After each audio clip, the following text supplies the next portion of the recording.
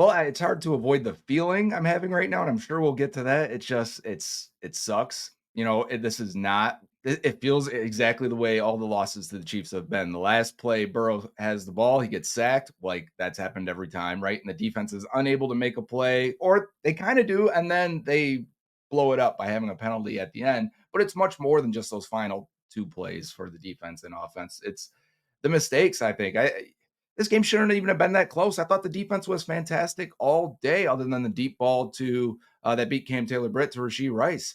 If it wasn't for a couple drops, timely drops, I think the one after the interception, Cam Taylor Britt's interception, first play out, play action, Gasecki should be wide open. That should get the ball moving. And instead, they end up going 3 and out on that drive, giving the ball right back to KC, and then coming back on their final offensive drive. And the run game's looking good. You're getting at least a couple chunks there. They get the inside ISO runs with Chase Brown that worked all day long, but they only used them maybe once every 2 drives. I'm waiting for another variation off that. You can't just have one run play. And then you get the second down play, and why people have said on Twitter, why are they throwing? Running game is working.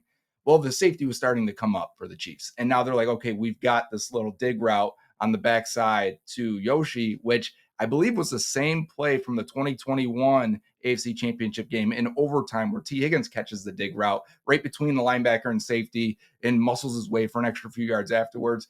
This time the ball's a little high. It's catchable. It hits both hands.